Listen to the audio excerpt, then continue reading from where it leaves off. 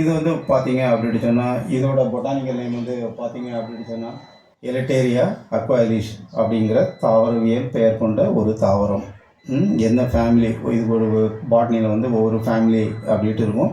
இது வந்து பார்த்தீங்க அப்படின்னு சொன்னால் அக்காந்தேசி அப்படின்ட்டு ஒரு பெயர் கொண்ட ஒரு தாவரம்.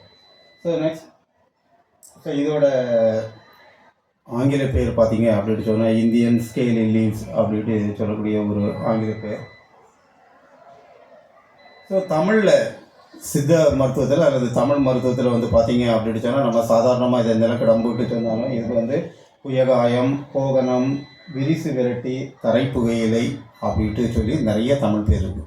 ஸோ இதில் விரிசு விரட்டி, விரிசுன்னா என்னட்டு சொன்னால் கட்டுவிரியன் பாம்பு. ஸோ பழைய காலத்தில் பாம்பு கடிக்கு கொடுக்கப்பட்ட ஒரு முக்கியமான ஒரு மூலிகை.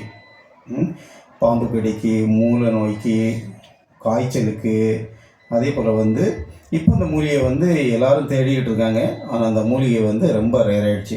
ஏன் அப்படின்ட்டு சொன்னால், இந்த மூலிகையிலேருந்து பார்த்தீங்க அப்படின்ட்டு சொன்னால் யூட்ரஸில் வரக்கூடிய கேன்சருக்கு வந்து இப்போ ரீசெண்டில் வந்து பார்த்தீங்கன்னு சொன்னால் இதில் உள்ள கெமிக்கல் வந்து குணப்படுத்துறதுக்கு யூஸ் ஆகுது அப்படின்ட்டு சொல்லிக்கிட்டு இந்த மூலிகை வந்து எங்கே பார்த்தாலும் இருக்காது.